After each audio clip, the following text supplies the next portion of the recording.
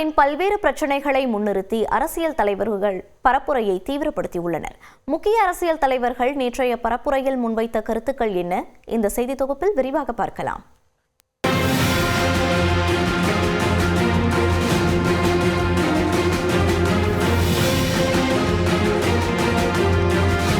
சட்டப்பேரவைத் தேர்தல் பரப்புரைக்கு இன்னும் ஒரு வார காலமே அவகாசம் இருக்கும் சூழலில் அரசியல் கட்சித் தலைவர்கள் பல்வேறு பகுதிகளில் தீவிர பரப்புரையில் ஈடுபட்டு வருகின்றனர்.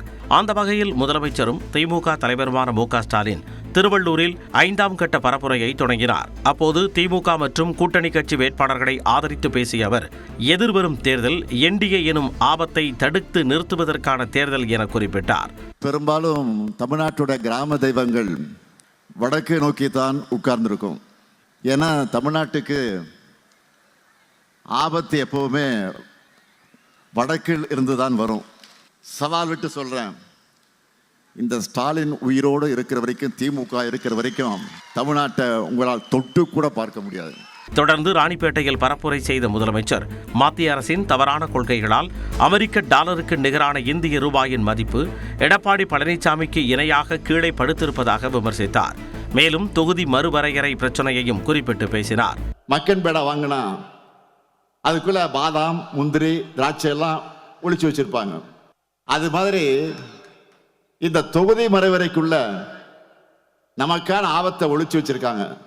அந்த அம்மையார் உயிரோடு இருந்திருந்தா தொகுதி மறுவரை மாதிரி மாநில உரிமைகளை பறிக்கிற, தமிழ்நாட்டை பாதிக்கிற விஷயத்துல நம்மை போல, ஏன் திமுகவை போல உறுதியான நிலைப்பாட்டு நிச்சயமாக எடுத்திருப்பார். மம்மி மறைந்த பிறகு பழனிசாமி அதிமுகவை டம்மி ஆக்கிட்டாரு.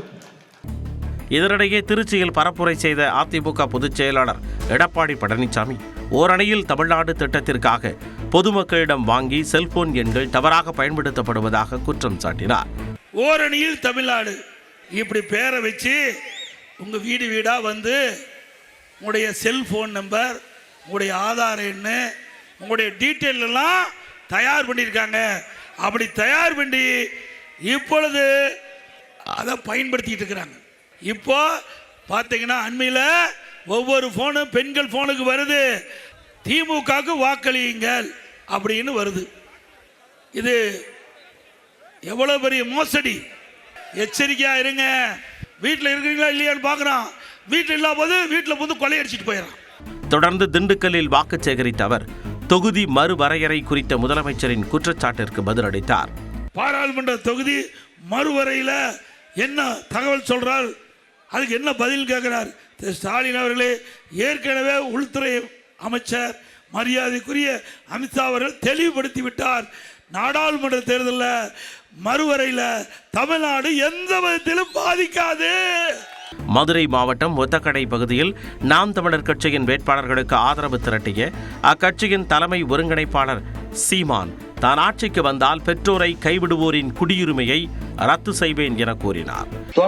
வீட்டை விட்டு நீ வெளியில வந்தாயின்னு வச்சுக்க, 2 கண் உன்னை பின்தொடர்ந்துகிட்டே வரும். சாலையில ஒண்ணு கடிக்க முடியாது, போத்தலைக்கு போட முடியாது, குப்பையை போட முடியாது, வேகமா ஓட முடியாது, பொம்பளை பிள்ளை பரிசக்க முடியாது, தாலி வைக்க முடியாது, கேள்வி பண்ண முடியாது. என்ன பண்ணுவேன்னு எனக்கு தெரியாது, கொண்டே வருவேன். என்ன பண்றாங்க, எங்க கேமரா வச்சிருக்கேன்னு தெரியாது. கம்ப்ளீட் சிசிடிவி கேமராவை பொருத்தி ஐ ஆம் வாட்சிங். ஐ ஆம் ரியல் பிக் பாஸ், இல்ல ரியல் பிக் பாஸ். மேலும் தாங்கள் ஆட்சிக்கு வந்தால் தமிழ்நாடு அரசை கேஸ் சிலிண்டர் விநியோகிக்கும் எனவும் சீமான் கூறினார். ஒரு நிமிட செய்திகளை பார்க்கலாம். நெல் சாகுபடி ஊக்கத்தொகை விவகாரத்தில் நீண்ட விளக்கம் அளித்ததன் மூலமே நிர்மலா சீதாராமன் பொய் அம்பலமாகிவிட்டதாக முதலமைச்சர் மு.க.ஸ்டாலின் தெரிவித்துள்ளார். நெல் சாகுபடிக்கு ஊக்கத்தொகை வழங்க வேண்டாம் என்று தலைமைச் செயலருக்கு மத்திய அரசு கடிதம் அனுப்பியதாக முதலமைச்சர் மு.க.ஸ்டாலின் குற்றம் சாட்டியிருந்தார். மேலும் இது தொடர்பான கடிதத்தை பொதுவில் வெளியிட தயாரா எனவும் கேள்வி எழுப்பியிருந்தார். இதற்கு பதிலளிக்கும் விதமாக நிதியமைச்சர் நிர்மலா சீதாராமன் அக்கடிதத்தை வெளியிட்டு நெல் சாகுபடிக்கு ஊக்கத்தொகை வழங்க வேண்டாம் என்று மத்திய அரசு உத்தரவிட்டுள்ளதாக முதலமைச்சர் கூறியது உண்மைக்கு புறம்பானது என்றும், மாநில அரசின் அதிகாரத்தை யாரும் பறிக்கவில்லை எனவும் தனது எக்ஸ் பக்கத்தில் பதிவிட்டிருந்தார். அதே நேரம் இந்த விவகாரத்தில் நிதியமைச்சருக்கு கண்டனம் தெரிவித்த மார்க்சிஸ்ட் கம்யூனிஸ்ட் மாநில செயலாளர் பே. சண்முகம், நெல்லுக்கு உரிய விலை தராத மத்திய அரசு அதை கொடுக்கும் மாநில அரசையாவது தடுக்காமல் இருக்கலாம் அல்லவா என கேள்வி எழுப்பியிருந்தார். இந்த விவகாரத்தில் பாமக தலைவர் அன்புமணி ராமதாசும் விளக்கம் அளித்தார். மத்திய அரசு தமிழ்நாடு அரசு நெல்லுக்கு கொடுக்கின்ற ஊக்கத்தொகையை ரத்து செய்ய வேண்டும் என்று பகிரங்கமான ஒரு பொய்யை ஒரு முதலமைச்சர் பதவியில் இருக்கின்றவர் அப்படி சொல்லியிருக்கின்றார். இந்நிலையில் நெல் கொள்முதல் ஊக்கத்தொகை விவகாரத்தில் நீண்ட விளக்கம் அளித்ததன் மூலம் நிர்மலா சீதாராமனின் பொய் அம்பலப்பட்டு விட்டதாகவும் நெல்லுக்கு ஊக்கத்தொகை தரக்கூடாது என்ற கோரிக்கையை மாநிலங்கள் சில ஏற்றதாக கூறுவது உண்மைக்கு புறம்பானது எனவும் முதலமைச்சர் மு.க.ஸ்டாலின் பதிலடி கொடுத்துள்ளார். தமிழ்நாட்டில் தேர்தல் பரப்புரை சூடுபிடித்திருக்கூடிய நிலையில் வாக்காளர்களை கவர வேட்பாளர்கள் புது அவதாரம் எடுத்து வருகின்றனர். பொள்ளாச்சி தொகுதியில் போட்டியிடக்கூடிய திமுக வேட்பாளர் நித்யானந்தம் டீ கடையில் டீ போட்டு கொடுத்து வாக்கு சேகரித்தார்.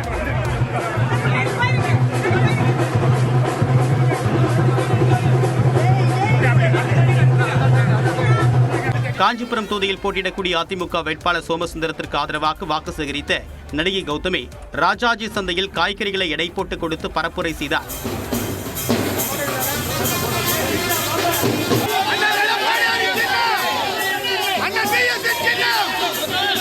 இதேபோல வீதி வீதியாக சென்று வாக்கு சேகரித்த திமுக வேட்பாளர் நித்யா சுகுமார் சமோசா தயாரிக்கக்கூடிய இடத்திற்கு சென்று சமோசா தயாரித்து கொடுத்தும் பொதுமக்களுக்கு தேநீர் வழங்கியும் வாக்கு சேகரித்தார்.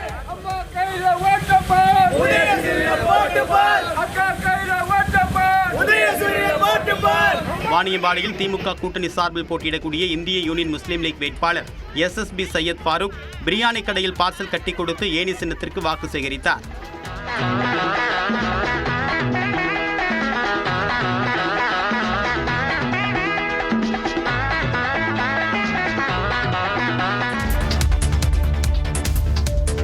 தமிழ்நாட்டின் முதலமைச்சராக உதயநிதி ஸ்டாலின் வருவதை தமிழ்நாட்டு மக்கள் தடுப்பார்கள் என மத்திய அமைச்சர் பியூஷ் கோயல் கூறியுள்ளார். தமிழக பாரதிய ஜனதா கட்சி பூத் கமிட்டி நிர்வாகிகளுடன் பிரதமர் மோடி காணொலி மூலம் ஆலோசனை நடத்தி அறிவுரைகளை வழங்கினார். அதன் பிறகு செய்தியாளர்களை சந்தித்த பியூஷ் கோயல் தேர்தலில் வெல்வது குறித்து பிரதமர் அறிவுரைகளை வழங்கியதாக தெரிவித்தார்.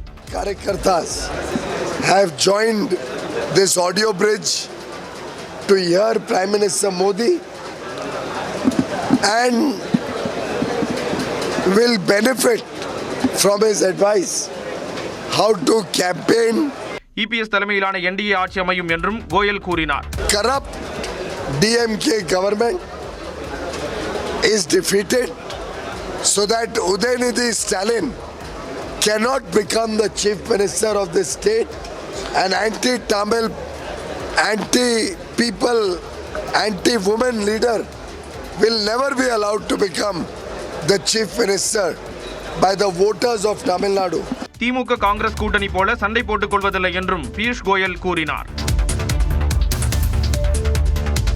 வணிக சிலிண்டர் தட்டுப்பாடு காரணமாக புதுச்சேரியில் டீ விலை 20 ரூபாயாகவும் காஃபி விலை 30 ரூபாயாகவும் உயர்த்தப்பட்டுள்ளது. மேற்காசிய போர் காரணமாக உலகம் முழுவதும் எரிபொருள் விநியோகச் சங்கிலி தடைப்பட்டுள்ளது. இதன் காரணமாக இந்தியாவில் வணிக சிலிண்டர் விநியோகம் தடைப்பட்டுள்ளது.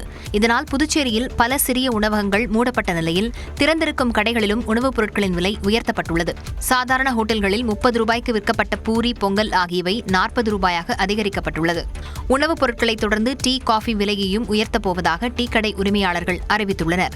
12, 15 ரூபாய் என விற்கப்பட்ட டீ 20 ரூபாயாகவும் 25 ரூபாய்க்கு விற்கப்பட்ட காஃபி 30 ரூபாயாகவும் அதிகரிக்கப்பட்டுள்ளது. கேஸ் விலைவாசி ஏறினாலும் பழைய ரேட்டில் தான் கொடுத்துன்னு இருந்தோம்.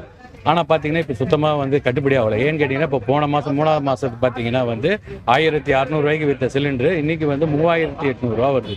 கிட்டத்தட்ட 2500 ரூபா எக்ஸ்ட்ராவாக சார்ஜ் பண்ணுறாங்க. அதுவும் இல்லாமல் அவ்வளோ காசை கொடுத்தா கூட இன்னைக்கு சிலிண்டர் எங்கேயுமே கிடைக்க மாட்டேங்குது. ரொம்ப தட்டுப்பாடாக இருக்குது. அதுக்கு நாங்கள் பணம் கொடுக்கறதுக்கு கூட தயாராக இருக்கும். ஆனால் சிலிண்டர் இல்லை. இந்த விலை உயர்வு செவ்வாய்க்கிழமை அமலுக்கு வருகிறது. தமிழ்நாட்டில் நேற்று 12 இடங்களில் வெயில் சதமடித்த நிலையில் உள் மாவட்டங்களில் வரும் வெள்ளிக்கிழமை வரை வெப்பம் அதிகமாக இருக்கக்கூடும் என வானிலை ஆய்வு மையம் தெரிவித்துள்ளது. தமிழ்நாட்டில் நேற்று அதிகபட்சமாக கரூர் பரமத்தியில் 105 டிகிரி ஃபாரன்ஹீட் வெப்பம் வாட்டியது. வேலூர் மற்றும் ஈரோட்டில் 104 டிகிரி ஃபாரன்ஹீட், மதுரை விமான நிலையம், நாமக்கல் மற்றும் திருப்பத்தூரில் 102 டிகிரி ஃபாரன்ஹீட் வெயில் பதிவானது. கோவை, மதுரை நகரம், சேலம் மற்றும் தருமபுரியில் 101 டிகிரி ஃபாரன்ஹீட் வெப்பமும், பாளையங்கோட்டை, திருச்சியில் 100 டிகிரி ஃபாரன்ஹீட் வெப்பமும் பதிவானதாக வானிலை ஆய்வு மையம் தெரிவித்துள்ளது. தமிழ்நாட்டின் உள் மாவட்டங்களில் வரும் வெள்ளிக்கிழமை வரை அதிகபட்ச வெப்பநிலை இயல்பை விட 3 டிகிரி செல்சியஸ் அளவுக்கு அதிகமாக இருக்கக்கூடும் எனவும், அதிக வெப்பநிலையும் அதிக ஈரப்பதமும் காரணமாக கடலோர தமிழகத்தின் சில பகுதிகளில் மக்களுக்கு அசௌகரியம் ஏற்பட செயல்படலாம் என அறிவுறுத்தியுள்ளது. சென்னை மற்றும் புறநகரங்களில் அதிகபட்ச வெப்பநிலை 37 டிகிரி செல்சியஸ் வரை அதிகரிக்கக்கூடும் என்றும் தெரிவித்துள்ளது. இதனிடையே வடகிழக்கு பீகார் முதல் தென் தமிழகம் வரை வளிமண்டல காற்றழுத்த தாழ்வு பாதை நிலவுவதால் வரும் ஞாயிற்றுக்கிழமை வரை மேற்கு தொடர்ச்சி மலை மாவட்டங்கள், டெல்டா மாவட்டங்களில், கடலோரப் பகுதிகள் மற்றும் ராமநாதபுரம் மாவட்டத்தில் லேசான மழைக்கு வாய்ப்பு இருப்பதாக வானிலை ஆய்வு மையம் கணித்துள்ளது. வருமானத்தை மறைத்ததாக 1.5 கோடி ரூபாய் அபராதம் விதிக்கப்பட்ட நிலையில் தாவேக தலைவர் விஜய் சென்னை உயர்நீதிமன்றத்தில் மேல்முறையீடு செய்துள்ளார். கடந்த 2015ஆம் ஆண்டு நடிகர் விஜயின் வீடு மற்றும் அலுவலகங்களில் வருமான வரித்துறை அதிரடி சோதனை நடத்தியது.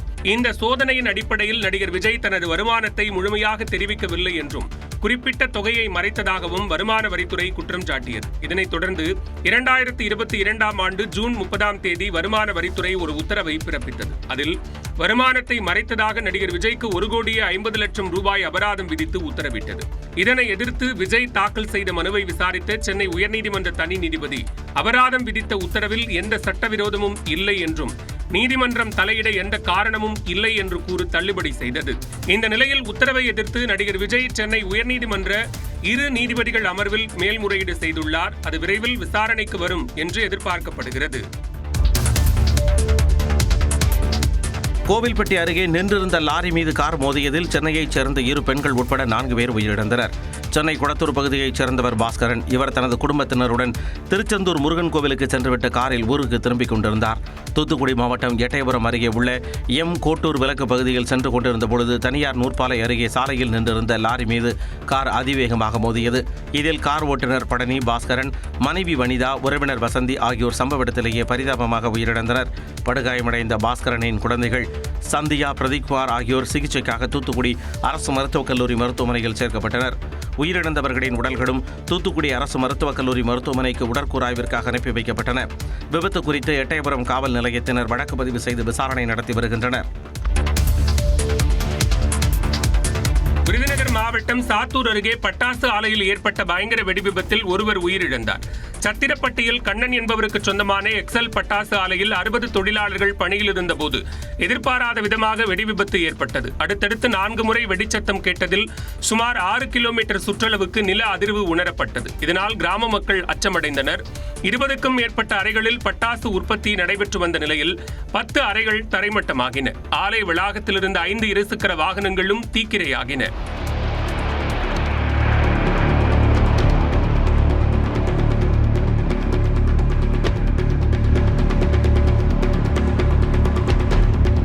இந்த விபத்தில் கலைஞர் காலனியைச் சேர்ந்த பாண்டி என்ற 38 வயது தொழிலாளி சம்பவ இடத்திலேயே உயிரிழந்தார். காயமடைந்த ராஜ்குமார், செல்வம், 15 வயது சிறுமி சந்தியா உட்பட 9 பேர் மீட்கப்பட்டு சிவகாசி அரசு மருத்துவமனைக்கு அனுப்பி வைக்கப்பட்டனர்.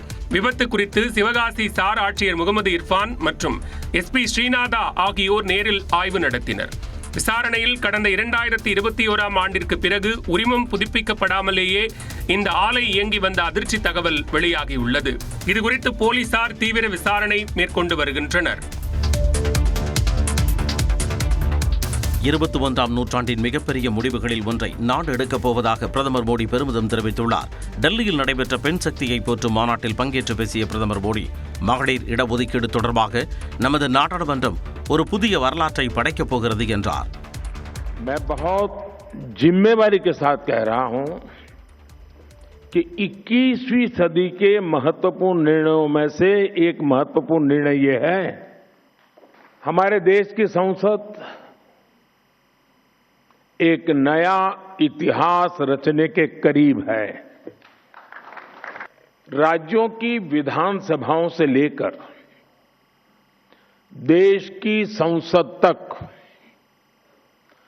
दशकों की प्रतीक्षा के अंत का समय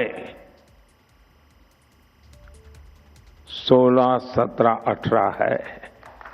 மகளிர் இடஒதுக்கீடு மசோதா நிறைவேற்றப்பட்ட போது அதை 2029ஆம் ஆண்டிற்குள் அமல்படுத்த வேண்டும் என எதிர்க்கட்சிகள் கோரிக்கை விடுத்ததாகவும், அதை ஏற்று வருகின்ற 16ஆம் தேதி முதல் நாடாளுமன்றத்தில் விரிவான விவாதம் நடத்தப்படும் என்றும் பிரதமர் கூறினார். சட்டமன்றங்கள் மற்றும் நாடாளுமன்றத்தை எட்டும் பெண்களின் கனவுகள் தற்பொழுது நனவாக இருப்பதாகவும் பிரதமர் பெருமிதம் தெரிவித்தார்.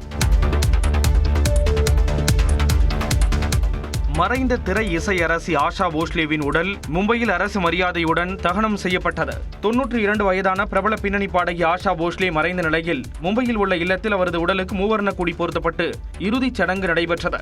முன்னாள் கிரிக்கெட் வீரர் சச்சின் டெண்டுல்கர், இசையமைப்பாளர் ஏ ஆர் ரஹ்மான் உள்ளிட்டோர் இறுதி மரியாதை செலுத்தினர்.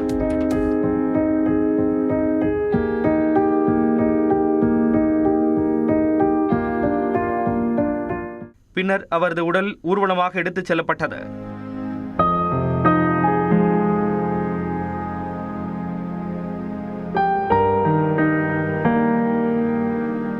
சிவாஜி பார்க் மின்மயானத்தில் அவரது உடலுக்கு பிரதமர் மோடி சார்பில் முதல்வர் ஃபட்னவிஸ் மலர் வளையம் வைத்து அஞ்சலி செலுத்தினார். அமீர் கான் உள்ளிட்டோரும் இறுதி அஞ்சலி செலுத்தினர்.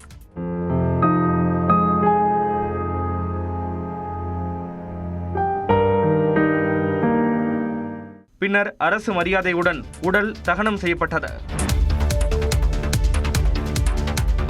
கும்பமேளா புகழ் மோனலிசாவின் கணவரை கைது செய்ய கேரள உயர்நீதிமன்றம் இடைக்கால தடை விதித்துள்ளது. உத்தரப்பிரதேச மாநிலம் பிரயாக்ராஜில் கடந்த ஆண்டு நடந்த கும்பமேளா மூலம் பட்டி தொட்டி எங்கும் பிரபலமான மோனலிசா போஸ்லேவுக்கும் கேரளாவைச் சேர்ந்த முகமது பர்மான் கானுக்கும் கடந்த மார்ச் மாதம் திருமணம் நடைபெற்றது. பெற்றோர் எதிர்ப்பை மீறி இருவரும் திருமணம் செய்து கொண்ட நிலையில் தனது மைனர் மகளை கடத்தி சென்று திருமணம் செய்ததாக மோனலிசாவின் தந்தை மத்திய பிரதேச காவல்துறையில் புகார் அளித்தார். புகார் தொடர்பாக மத்திய பிரதேச போலீசார் வழக்கு பதிவு செய்த நிலையில் கைது நடவடிக்கையிலிருந்து தப்ப தம்பதி கேரள உயர்நீதிமன்றத்தில் முன்ஜாமீன் கோரி மனு தாக்கல் செய்தனர். மனு மீதான விசாரணையின் போது கடந்த ஜனவரி மாதமே மோனலிசா போஸ்லே 18 வயதை பூர்த்தி செய்ததாகவும் பிறப்பு சான்று, ஆதார் உள்ளிட்ட ஆவணங்களை சமர்ப்பித்தே திருமணம் செய்ததாக தம்பதி தரப்பில் எடுத்துரைக்கப்பட்டது. இதனை பதிவு செய்து கொண்ட நீதிபதி கௌசர் எடப்பகத் அடுத்த மாதம் 20ஆம் தேதி வரை முகமது பர்மான் கானை கைது செய்ய இடைக்கால தடை விதித்து உத்தரவிட்டார்.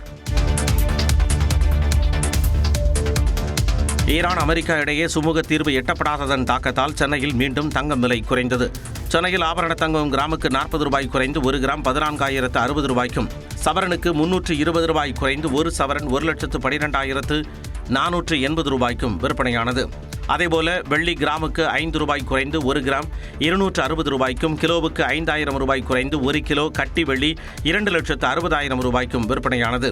ஹோர்முஸ் நீரிணை விவகாரத்தில் நிலையான தீர்வு எட்டப்படாததால் எண்ணெய் நிறுவனங்கள் மீதே முதலீட்டாளர்கள் கவனம் இருப்பதால் தங்கம் மற்றும் வெள்ளி விலை தொடர்ந்து குறைவதாக கூறப்படுகிறது. அதே நேரம் ஈரான் அமெரிக்கா பிரச்சினை இந்திய பங்குச் சந்தைகளில் எதிரொலித்ததால் ஒரே நாளில் முதலீட்டாளர்களுக்கு 12 லட்சம் கோடி ரூபாய் இழப்பு ஏற்பட்டது. இறக்கத்துடனே வர்த்தகத்தை தொடங்கிய மும்பை பங்குச்சந்தை சென்செக்ஸ் நாள் முடிவில் 703 புள்ளிகளை இழந்து 76,848 புள்ளிகளிலும், தேசிய பங்குச் சந்தையான நிப்டி 208 புள்ளிகளை இழந்து 23,848 புள்ளிகளிலும் வர்த்தகமானது. போப்பாண்டவர் 14ஆம் லியோ குற்றச் செயல்களை விரும்பக்கூடியவர் என்றும் இடதுசாரி ஆதரவாளராக செயல்படுகிறார் எனவும் அமெரிக்க அதிபர் டொனால்ட் ட்ரம்ப் விமர்சித்த நிலையில் போருக்கு எதிரான தனது குரல் தொடர்ந்து ஒலிக்கும் என போப் லியோ பதிலடி கொடுத்துள்ளார்.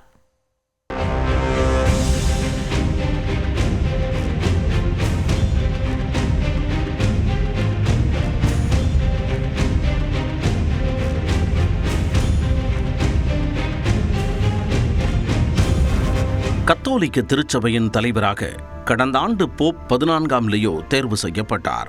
அமெரிக்காவைச் சேர்ந்த முதல் போப்பாண்டவர் என்ற போதிலும் டொனால்ட் ட்ரம்பின் நிர்வாகத்திற்கு எதிராக போப் லியோ தொடர்ந்து குரல் எழுப்பி வந்தார். டொனால்ட் ட்ரம்பின் வெளியுறவு கொள்கை மற்றும் அகதிகள் வெளியேற்றம் குறித்து கடந்த ஆண்டு செப்டம்பரில் போப் லியோ வெளிப்படையாக விமர்சித்தார். இந்நிலையில் ஈரான் மீதான அமெரிக்கா மற்றும் இஸ்ரேலின் இராணுவ தாக்குதல்களுக்கு போப் லியோ கடும் எதிர்ப்பு தெரிவித்தார். அதிலும் குறிப்பாக ஈரானின் நாகரிகத்தை அழிப்போம் என்ற டொனால்ட் ட்ரம்பின் கருத்திற்கு கடும் கண்டனம் தெரிவித்த போப் லியோ இதுபோன்ற மிரட்டல்களை ஏற்றுக்கொள்ள முடியாது என்று கூறினார். இதற்கு தனது ட்ரூத் சமூக வலைத்தளம் மூலம் எதிர்வினையாற்றிய அமெரிக்க அதிபர் டொனால்ட் ட்ரம்ப் போப் லியோ குற்றங்களை தடுப்பதில் பலவீனமானவர் என்றும் வெளியுறவு கொள்கைகளை பற்றி அறிந்திருந்த மோசமானவர் எனவும் விமர்சித்தார். கொரோனா காலகட்டத்தில் தேவாலயங்கள் மூடப்பட்டதையும் பாதிரியார்கள் கைது செய்யப்பட்டதையும் கண்டிக்காத போப் லியோ தற்பொழுது எனது நிர்வாகத்தை விமர்சிப்பது வேடிக்கையானது எனவும் ட்ரம்ப் கூறினார். மேலும் இடதுசாரி ஆதரவாளராக செயல்படுவதை போப் லியோ நிறுத்த வேண்டும் எனவும், அவரது நோக்கம் சிறந்த போப்பாண்டவராக இருக்க வேண்டுமே தவிர அரசியல்வாதியாக அல்ல எனவும் டொனால்ட் ட்ரம்ப் கடுமையாக விமர்சித்தார். இதைத் தொடர்ந்து செய்தியாளர்களிடையே பேசிய டொனால்ட் ட்ரம்ப் அமெரிக்க அதிபராகத்தான் இருந்திருக்காவிட்டால் போப் ஆண்டவராக லியோ தேர்வாகி இருக்க மாட்டார் எனவும் கூறினார். I don't like it. I'm not a big fan of Pope Leo. He's a very liberal person and he's a man that doesn't believe in stopping crime. அதே நேரம் ட்ரம்புடன் வாக்குவாதம் செய்ய விரும்பவில்லை என தெரிவித்துள்ள போப்பாண்டவர் 14ஆம் லியோ போருக்கு எதிரான தனது குரல் தொடர்ந்து ஒலிக்கும் என்றார். Too many people are suffering in the world today. Too many innocent people are being killed. And I think someone has to stand up and say there's a better way to do this. சர்வதேச சட்டங்கள் மீறுவதையும் காலனித்துவ போக்குகளையும் கடைபிடிப்பதை கைவிட்டு நீதி மற்றும் ஒற்றுமையின் கொள்கைகளை உலகத் தலைவர் கடைபிடிக்க வேண்டும் எனவும் போப் லியோ வலியுறுத்தியுள்ளார். இதனிடையே தன்னை இயேசு கிறிஸ்து போல் பாவித்து துன்பத்தில் இருப்போருக்கு ஆறுதல் அளிப்பது போன்று அமெரிக்க அதிபர் ட்ரம்ப் AI தொழில்நுட்பம் மூலம் உருவாக்கி வெளியிட்ட புகைப்படம் பெரும் சர்ச்சையை கிளப்பியது. காலை விரைவுச் செய்திகளை பார்க்கலாம்.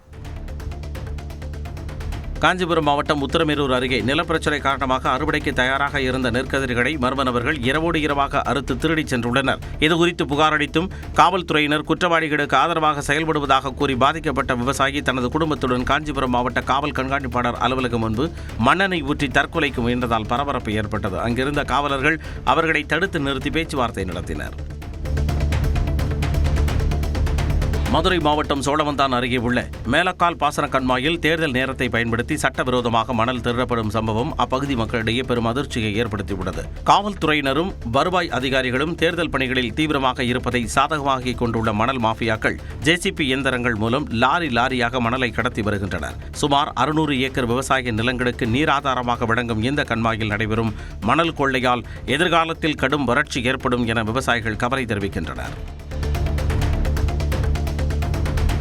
நாமக்கல்லில் தேசிய முட்டை ஒருங்கிணைப்பு குழு கூட்டத்தில் முட்டை விலையை ஒரே நாளில் 20 காசுகள் உயர்த்தி 5 ரூபாயாக நிர்ணயிக்கப்பட்டது. கோடை வெயில் காரணமாக கோழிகள் முட்டையிடும் திறன் குறைந்திருப்பதும் மற்ற மண்டலங்களில் நிலவும் விலை மாற்றமுமே இந்த உயர்வுக்கு காரணமாக கூறப்படுகிறது. கடந்த 6 நாட்களில் மட்டும் முட்டை விலை 90 காசுகள் வரை உயர்ந்துள்ள நிலையில் வரும் நாட்களில் விலை மேலும் அதிகரிக்க வாய்ப்புள்ளதாக பண்ணையாளர்கள் தெரிவித்துள்ளனர். தருமபுரி மாவட்டம் பென்னாகரம் வட்டம் வட்டுவனஅள்ளி ஊராட்சியில் உள்ள அலைக்கட்டு மலை கிராம மக்கள் சட்டப்பேரவைத் தேர்தலை புறக்கணிக்கப் போவதாக அறிவித்துள்ளனர். சுமார் 50க்கும் மேற்பட்ட குடும்பங்கள் வசிக்கும் இந்த கிராமத்திற்கு சாலை, குடிநீர் மற்றும் மருத்துவ வசதிகள் இதுவரை முறையாக செய்து தரப்படவில்லை என அவர்கள் குற்றம் சாட்டுகின்றனர். இதற்காக அந்த பகுதியில் தேர்தல் புறக்கணிப்பு குறித்த விளம்பர பலகைகளை வைத்து மக்கள் ஆர்ப்பாட்டத்தில் ஈடுபட்டனர். தாம்பரம் முடிச்சூர் சாலையில் பின்னால் வந்த தனியார் பள்ளி வேன் மோதியதில் இருசக்கர வாகனத்தில் சென்ற இளைஞர் சம்பவ இடத்திலேயே உயிரிழந்தார். பழைய பெருங்கடத்தூர் அருகே அதிவேகமாக வந்த வேன் மோதியதில் நிலை தடுமாறி கீழே விழுந்த அன்பரசு மீது வாகனத்தின் சக்கரம் ஏறியதில் அவர் தலை நசுங்கி பலியானார். வழக்கு பதிவு செய்த போக்குவரத்து காவல்துறையினர் பள்ளி வேன் ஓட்டுநர் நாகேந்திரனை கைது செய்து விசாரணை நடத்தி வருகின்றனர்.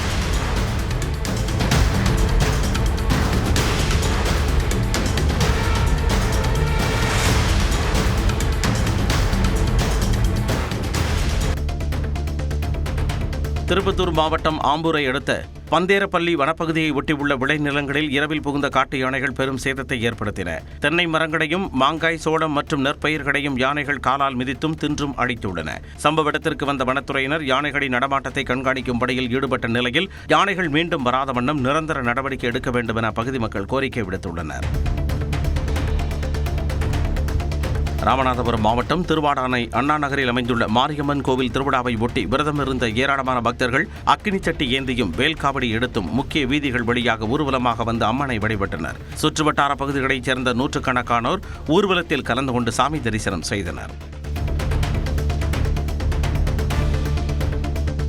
நீலகிரி மாவட்டம் கூடலூரில் வேகமாக வந்த மினி பஸ் இருசக்கர வாகனத்தில் சென்ற மாணவி மீது மோதிய சம்பவத்தின் CCTV காட்சி வெளியாகியுள்ளது. கூடலூரிலிருந்து மைசூர் செல்லும் சாலையில் மாணவி ஒருவர் இருசக்கர வாகனத்தில் திரும்ப முயன்றபோது எதிரே வந்த மினி பஸ் அவர் மீது மோதியது. இதில் மினி பஸ்ஸின் அடியில் சிக்கி மாணவி படுகாயமடைந்தார்.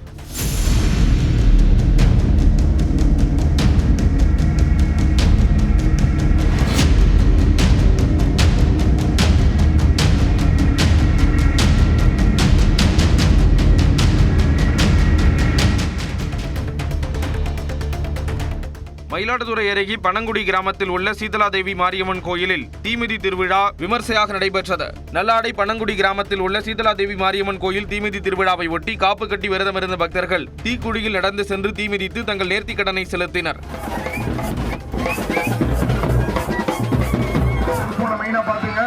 செல்போன் அடிச்சிருவாங்க, கழுத்துல போட்டிருக்க செயின் கையில வச்சிருக்காங்க.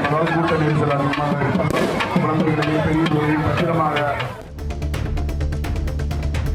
திருவள்ளூர் மாவட்டம் பெரியபாளையத்தில் மது போதையில் ஏற்பட்ட தகராறில் வடமாநில தொழிலாளி குத்தி கொலை செய்யப்பட்டார். பெரியபாளையம் அருகே தனியாருக்கு சொந்தமான மர பர்னிச்சர் கடையில் வேலை பார்த்து வந்த தொழிலாளர்கள் சிலர் மது அருந்தி கொண்டிருந்தனர். அப்போது ஏற்பட்ட தகராறில் திலீப்குமார் என்பவரை நந்திகிஷோர் என்பவர் கத்தியால் குத்தி கொலை செய்தார். இச்சம்பவம் குறித்து வழக்கு பதிவு செய்த காவலர்கள் தலைமறைவாக உள்ள நந்திகிஷோரை தேடி வருகின்றனர். அருணாச்சல பிரதேச மாநிலத்தில் உள்ள சில இடங்களுக்கு புதிய பெயர்களை சீனா சூட்டியதை இந்தியா திட்டவட்டமாக நிராகரித்துள்ளது. இந்தியாவின் அருணாச்சல பிரதேசத்தை தங்களுக்கு சொந்தமான திபெத்துக்கு உட்பட்ட பகுதி என்று சீனா பல ஆண்டுகளாக வாதிட்டு வருகிறது. இந்நிலையில் வழக்கம் போல அருணாச்சல பிரதேச மாநிலத்தில் உள்ள மேலும் சில இடங்களுக்கு சீனா புதிய பெயரிட்டுள்ளது. இது மீண்டும் சர்ச்சையாகியுள்ளது. இந்நிலையில் இதனை நிராகரித்திருக்கூடிய இந்திய வெளியுறவுத்துறை அமைச்சகம் புதிய பெயர் வைப்பதாலோ சொந்தம் கொண்டாடுவதாலோ உண்மை நிலையில் எந்த மாற்றமும் ஏற்படாது என்று தெரிவித்துள்ளது. ஹாலிவுட் படபாணியில் ஹைதராபாத்தில் நபர் ஒருவர் ரிமோட் மூலம் கார் நம்பர் பிளேட் எண்ணை மாற்றி மோசடி செய்து சிக்கியுள்ளார். மருத்துவரான இவர் மதுபோதையில் BMW காரில் வந்த நிலையில் காவல்துறையினர் அவரை வழிமறித்து சோதனை செய்துள்ளனர். அப்போது அவர்களிடமிருந்து தப்பிப்பதற்காக நம்பர் பிளேட்டில் உள்ள ஒரிஜினல் எண்ணுக்கு பதிலாக வேறு எண்ணை பிரத்யேக ரிமோட் மூலம் மாற்றி காட்டியுள்ளார். ஆனாலும் காவல்துறையினர் அந்த நவீன மோசடியை கண்டறிந்த நிலையில் விசாரணை நடைபெற்று வருகிறது.